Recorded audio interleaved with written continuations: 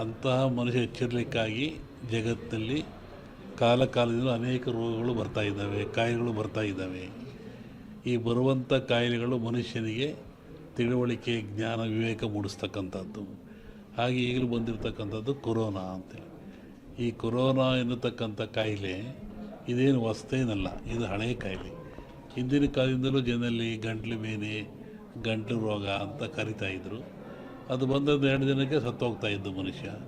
ಶ್ವಾಸಕೋಶಕ್ಕೆ, ಗಂಟ್ಲಿಗೆ ಬರುವಂಥ ಕಾಯಿಲೆ. ಇದು ಯಾತ್ರಿಂದ ಬರುತ್ತೆ ಅಂತ ನಾವು ಸ್ವಲ್ಪ ಯೋಚನೆ ಮಾಡಿದರೆ, ಸ್ವಚ್ಛತೆಯನ್ನು ಮನುಷ್ಯ ಕಳ್ಕೊಳ್ತಾ ಇದ್ದಾನೆ. ಆರೋಗ್ಯ ಅಂದರೆ ಸ್ವಚ್ಛತೆ ಅಂತ. ಆ ಕಳ್ಕೊಳ್ಳೋದ್ರಿಂದ, ಸ್ವಚ್ಛತೆ ಶುದ್ಧ ಇದರಿಂದ ಮನೆಯಲ್ಲಿ, ಹೊರಗೆ, ಒಳಗೆ ಎಲ್ಲ ಕಡೆ ಕಳ್ಕೊಂಡ್ರೆ ಕಾಯಿಲೆ ಬೆನ್ನರ್ತಾ ಇದೆ. ಇಂತಹ ಕಾಯಿಲೆ ಇದು ಘೋರವಾಗಿರ್ತಕ್ಕಂಥ ಕಾಯಿಲೆ. ಕೇವಲ 1 ಗ್ರಾಮ್ ತೂಕ ಇರತಕ್ಕಂಥ ಕಾಯಿಲೆ ಇದು ಜಗತ್ತನ್ನೇ ಎದುರಿಸ್ತಾ ಇದೆ. ಮನುಕುಲಕ್ಕೆ ಇದು ಮಾರಕವಾಗಿದೆ. ಇದು ಮುಂದೆ ಇನ್ನೂ ಹೆಚ್ಚಾದ ಲಕ್ಷಣಗಳು ಭಾಳ ಇದ್ದಾವೆ ಜಗತ್ತಿನಾದ್ಯಂತ. ನಾನು ಹಿಂದೆ ಒಂದು ಹೇಳಿದ್ದೆ, ಸಿರಿವಂತ ಮಗನುಟ್ಟಿ ಆಳುವನು ಮುನಿಪುರವ, ಯುದ್ಧವಿಲ್ಲದೆ ಮಡಿಯ ಪುರವಲ್ಲ ಕೂಳಾದೀತು. ಸಿರಿವಂತ ಮಗನುಟ್ಟಿ ಆಳುವನು ಮುನಿಪುರವ. ಮುನಿಪುರ ಅಂದರೆ ಅಮೇರಿಕಾ ದೇಶವನ್ನು ಸನ್ಯಾಸಿ ಊರು ಅಂತ ಕರೀತಾರೆ. ವಿಷ್ಣು ವಾಮಾವತಾರದಲ್ಲಿ ಅಲ್ಲಿ ಅವನು ಭೂಮಿ ತೊಳೆದಿದ್ದು, ಸಂಪದ್ಭರಿತ ರಾಜ. ಅದು ಸನ್ಯಾಸಿ ದಾನ ಕೊಟ್ಟದ್ದು, ಅದನ್ನು ಮುನಿಪುರ ಅಂದರು. ಆ ಮುನಿಪುರ ಒಬ್ಬ ಸಿರಿವಂತ ಹುಟ್ಟಿ ಆಳ್ತಾನೆ. ಡೊನಾಲ್ಡ್ ಯಾರ ಮನೆ ಹೋದ್ನಲ್ಲ, ವಿತೌಟ್ ಬ್ಯಾಟ್ರಿ ಜಗತ್ತು ಹಾಳಾಗಿ ಹೋಗ್ತದೆ ಅಂತ. ಹಾಗೆ ಅವನ ಕಡೆಯ ದಿನಗಳಲ್ಲಿ ಮಳೆಗಳು, ಬೆಳೆಗಳು ನಾಶವಾಯಿತು, ಕುರುನು ಜಾಸ್ತಿ, ಇನ್ನೂ ಜಾಸ್ತಿ ಆಗ್ತಾಯಿದೆ.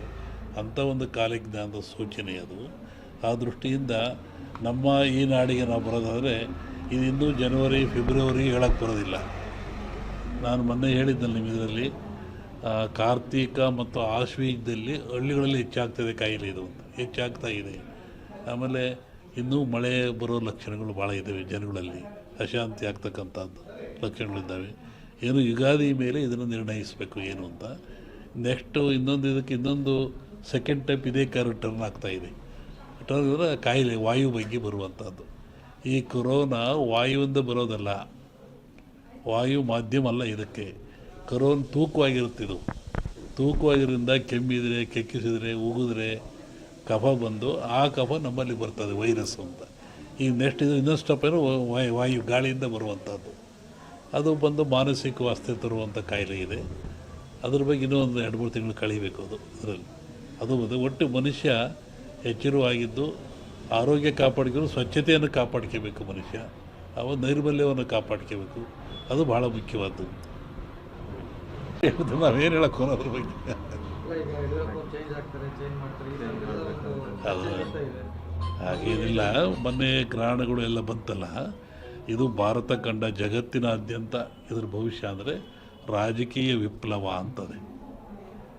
ಅಮೇರಿಕಾದಲ್ಲಾಯಿತು, ಮತ್ತು ಎಲ್ಲ ಕಡೆ ರಟ್ಲಾಗ್ತಾ ಇದೆಯಲ್ಲ, ಹಾಗೆ ಇಂಡಿಯಾನೂ ಸೇರಿದಂತೆ ಜಗತ್ತಿನಾದ್ಯಂತ ರಾಜಕೀಯ ವಿಪ್ಲವ ಆಗ್ತದೆ, ಏರಿಳಿತ ಆಗ್ತದೆ ಅಂತ ಒಂದು ಮಾತಿದೆ. ಅದರಲ್ಲಿ ಯಾವುದೇ ಗ್ರಹಣಗಳು ಫಲದಿಂದ ಅದಿನ್ನೂ ಡಿಸೆಂಬರ್, ಇನ್ನೂ ಒಂದು ಜನವರಿ ಒಳಗೆ ಟೈಮ್ ಇದೆ ಅದಕ್ಕೆಲ್ಲ.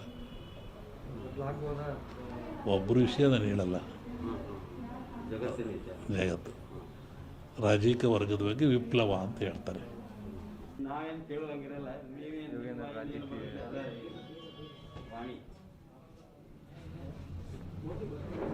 ಜಗತ್ತಿನಲ್ಲಿ ಅತ್ಯಂತ ಶ್ರೇಷ್ಠ ಜ್ಞಾನ, ವಿವೇಕವುಳ್ಳದ್ದು ಯಾವುದು ಅಂದರೆ ಮನುಷ್ಯನಿಗೆ ಬುದ್ಧಿ ಇದೆ, ಜ್ಞಾನ ಇದೆ, ತಿಳುವಳಿಕೆ ಇದೆ ಅಂತ ಹೇಳ್ತಾರೆ. ಅಂಥ ಮನುಷ್ಯ ಆಗಾಗ ಅಜ್ಞಾನಕ್ಕೊಳಪಟ್ಟರೆ, ಅವಿವೇಕಕ್ಕೊಳಪಟ್ಟರೆ, ತನ್ನ ಆಚಾರ ವಿಚಾರಗಳನ್ನು ಕಳ್ಕೊಂಡ್ರೆ, ಅಂತಹ ಮನುಷ್ಯ ಎಚ್ಚರಿಕೆಗಾಗಿ ಜಗತ್ತಿನಲ್ಲಿ ಕಾಲದಿಂದ ಅನೇಕ ರೋಗಗಳು ಬರ್ತಾ ಇದ್ದಾವೆ, ಕಾಯಿಲೆಗಳು ಬರ್ತಾ ಇದ್ದಾವೆ.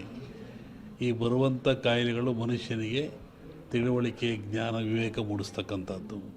ಹಾಗೆ ಈಗಲೂ ಬಂದಿರತಕ್ಕಂಥದ್ದು ಕೊರೋನಾ ಅಂತೇಳಿ. ಈ ಕೊರೋನಾ ಎನ್ನತಕ್ಕಂಥ ಕಾಯಿಲೆ ಇದೇನು ಹೊಸತೇನಲ್ಲ, ಇದು ಹಳೆಯ ಕಾಯಿಲೆ.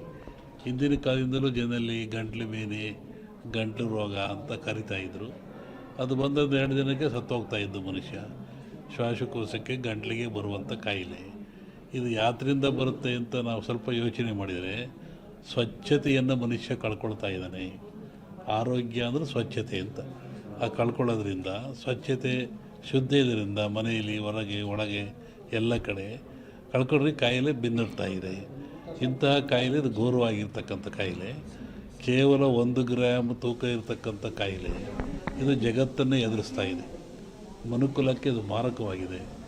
ಇದು ಮುಂದೆ ಇನ್ನೂ ಹೆಚ್ಚಾದ ಲಕ್ಷಣಗಳು ಭಾಳ ಇದ್ದಾವೆ ಜಗತ್ತಿನಾದ್ಯಂತ. ನಾನು ಹಿಂದೆ ಒಂದು ಹೇಳಿದ್ದೆ, ಸಿರಿವಂತ ಮಗನುಟ್ಟಿ ಆಳುವನು ಮುನಿಪುರವ, ಯುದ್ಧವಿಲ್ಲದೆ ಮಡಿಯ ಪುರವಲ್ಲ ಕೂಳಾದೀತು. ಸಿರಿವಂತ ಮಗನುಟ್ಟಿ ಆಳುವನು ಮುನಿಪುರವ.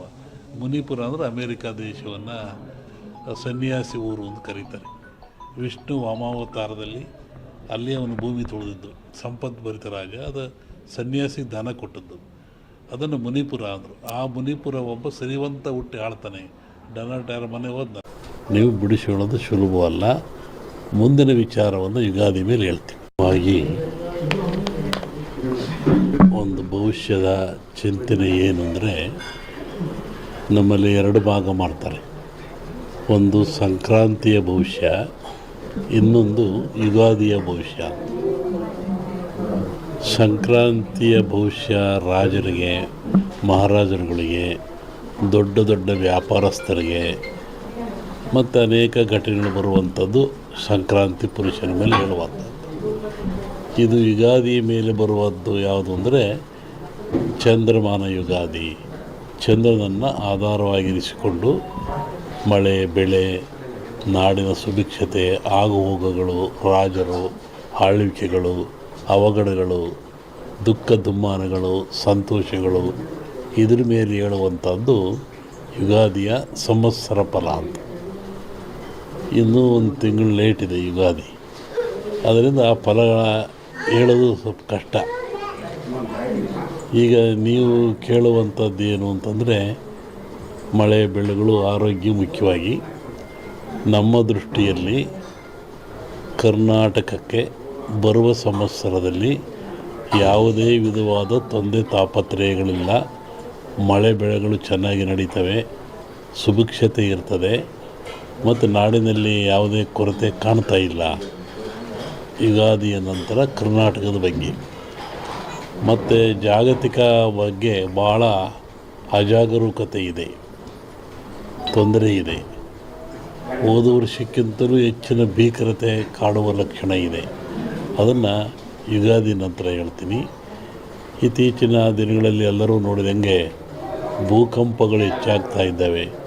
ಇದನ್ನು ಒದರಿಸುವೆ ಹೇಳಿದ್ವಿ ನಾವು. ಇದನ್ನು ಭೂಕಂಪಗಳು, ಭೂಮಿ ಅಗಲತಕ್ಕಂಥದ್ದು, ಜನರಿಗೆ ಸಾವು ನೋವು ಆಗ್ತಕ್ಕಂಥದ್ದು, ಕಟ್ಟಡಗಳು ಬೀಳ್ತಕ್ಕಂಥದ್ದು ಇದು ಮುಂದುವರಿದ ಜೊತೆಗೆ ಭೂ ಸುನಾಮಿ, ಜಲ ಸುನಾಮಿ, ಬಾಹ್ಯ ಸುನಾಮಿ ಅಂತ ಇಲ್ಲಿವರೆಗೂ ಬರೀ ಜಲ ಸುನಾಮಿ ಆಗ್ತಾಯಿತ್ತು.